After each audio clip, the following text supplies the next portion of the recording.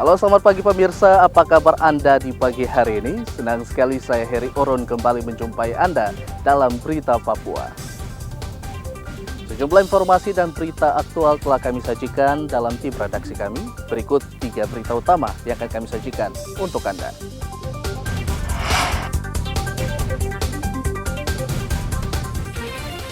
Delapan belas tentara diperiksa Pomdam karena menganiaya warga di Kabupaten Mapi. Potongan tubuh korban mutilasi di Mimika berhasil diidentifikasi.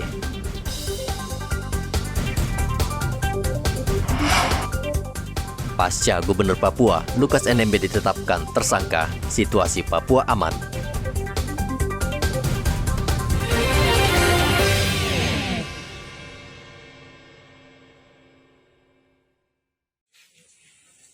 Delapan belas tentara dari Yonif Rider 600 Modang diperiksa atas dugaan penganiayaan yang menyebabkan seorang warga sipil meninggal dunia di Kabupaten Mapi. Pangdam 17 Cendrawasih Majen Muhammad Saleh Mustafa mengatakan kasus ini sudah diselesaikan secara adat dengan membayar denda kepada keluarga korban. Namun atas perintah Panglima TNI maka proses hukum terhadap para pelaku tetap akan dilakukan. Ke-18 tentara tersebut rencananya akan dibawa ke Subdenpom Merauke untuk dilakukan pemeriksaan. Jika hasil pemeriksaan terbukti melakukan tindak pidana, maka akan diproses hukum. Pertama, penyelesaian secara adat dan budaya sudah kita lakukan.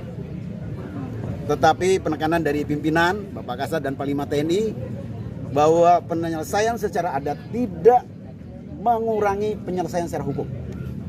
Jadi aspek yuridis atau hukum tetap kita proses.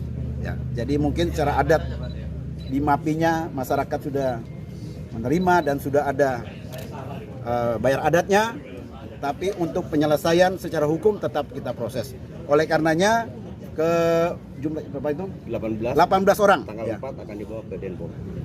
18 orang ini yang ada di pos, mulai dari Danpos sampai dengan anggota yang terbawa akan dibawa ke Subdenpom Merauke untuk dilakukan pemeriksaan.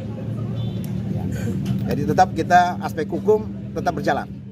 Kasus penganiayaan warga sipil terjadi pada 30 Agustus 2022 di Kampung Mememu, Distrik Edera. Bruno yang saat itu mabuk diduga hendak menganiaya seorang wanita. Korban lalu melapor ke pos TNI dan para pelaku lalu menganiaya Bruno hingga tewas. Audi Rampengan melaporkan dari Mapi, Papua.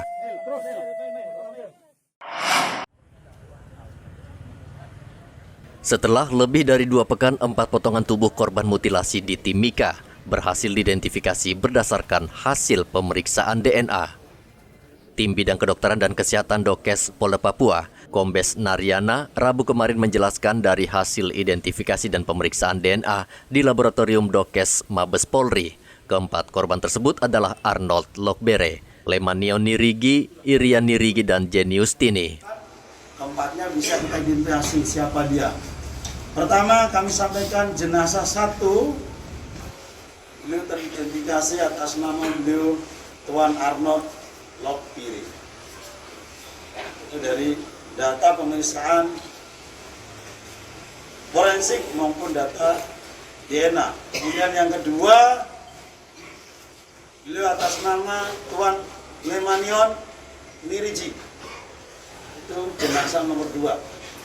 Kemudian jenazah nomor 3 atas nama beliau Tuan Iriani Nirigi. Irian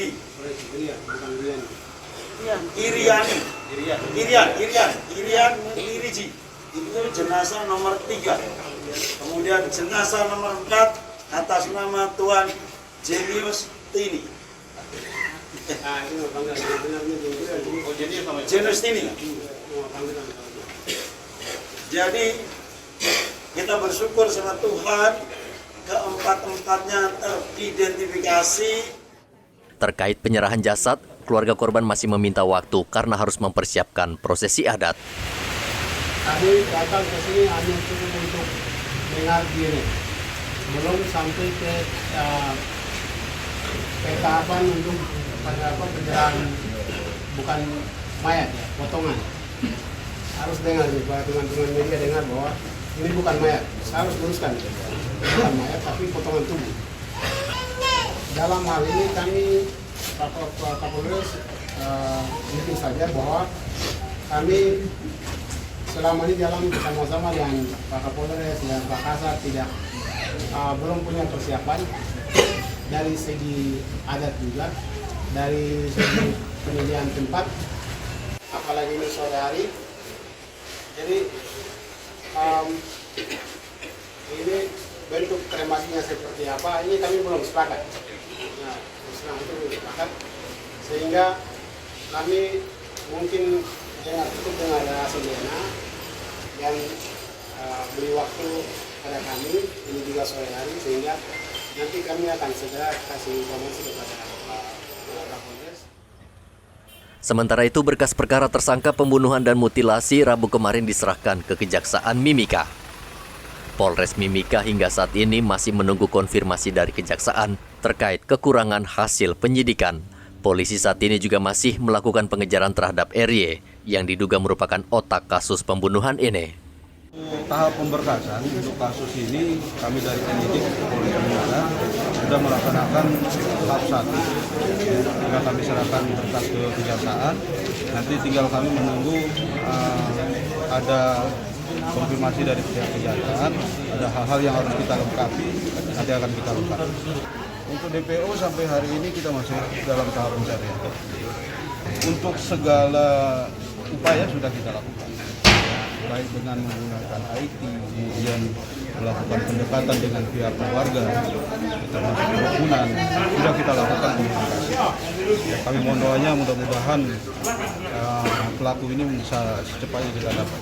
Minta bantu juga masyarakat yang ada di sekitar daripada Sungai Arwana ya, Sungai Arwana. Kita meminta bantu juga masyarakat yang setiap harinya melaksanakan aktivitas di sana. Kalau ada hal-hal yang mungkin hal-hal yang dicurigai sama mereka, ya kami pun akan cepat untuk merespon. Kasus pembunuhan dan mutilasi terhadap 4 warga Timika melibatkan 6 anggota TNI dan 3 warga sipil.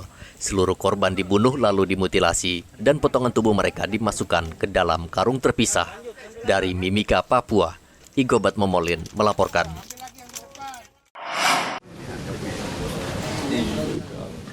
Komisi Nasional Hak Asasi Manusia Khairul Anam Rabu kemarin melakukan pertemuan tertutup dengan Panglima Kodam 17 Cendrawasih, Majen Muhammad Saleh Mustafa di Jayapura terkait kasus pembunuhan dan mutilasi terhadap 4 orang di Mimika.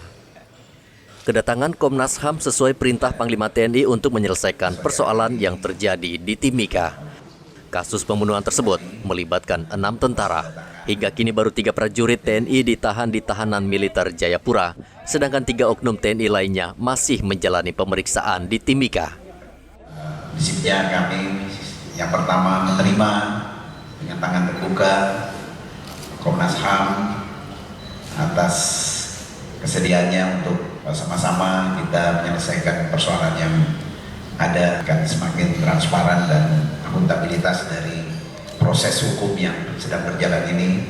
Sekali lagi sering saya katakan dapat memberikan keadilan atau kepastian hukum dan keadilan hukum. Jadi kepastian hukum itu bisa cepat, kita berharap cepat, dan keadilan itu artinya semua siapa saja di mata hukum itu adalah sama. Khairul mengatakan sudah mendapatkan akses dari Kodam 17 Cendrawasih untuk memeriksa 6 prajurit TNI yang terlibat dalam kasus pembunuhan serta mutilasi terhadap 4 orang di Mimika. Memang komitmennya untuk kasus Timika kita dibuka lebar-lebar, dan ini memang beliau nyatakan tadi bahwa ini merupakan bagian dari proses kepingin terbuka dan kepingin akuntabel. Dan ini satu semangat yang baik yang kami dapatin, dan kita hormati proses itu dan mengapresiasinya. Nah, tadi kami juga langsung diberikan akses. Silakan kalau mau minta keterangan kepada para tersangka. Bahkan tadi dibilang kalau bisa sore ini juga nggak apa-apa. Nah, kami akan tidak lanjuti itu. Ya, jadi karena memang ada beberapa yang sudah ada di Jayapura sini, Makanya kami nanti sore langsung melakukan proses permintaan keterangan kepada tersangka yang sudah ada di sini. Awalnya besok kami mau ke Timika untuk semuanya, tapi karena 3 orang Pak, 3 orang yang sudah ada di sini, kami langsung melakukan proses. Kasus pembunuhan dan mutilasi terhadap 4 warga Nduga di Kabupaten Mimika, Papua terjadi 22 Agustus lalu. Kasus ini menyeret 6 anggota TNI dan 3 warga sipil. Korban bernama Atistini, Lemaniel Nirigi, Irian Nirigi, dan Arnold Lokbere. Hingga kini jenazah keempat korban mutilasi masih berada di RSUD Mimika, Papua. Hendra melaporkan dari Kota Jayapura, Papua.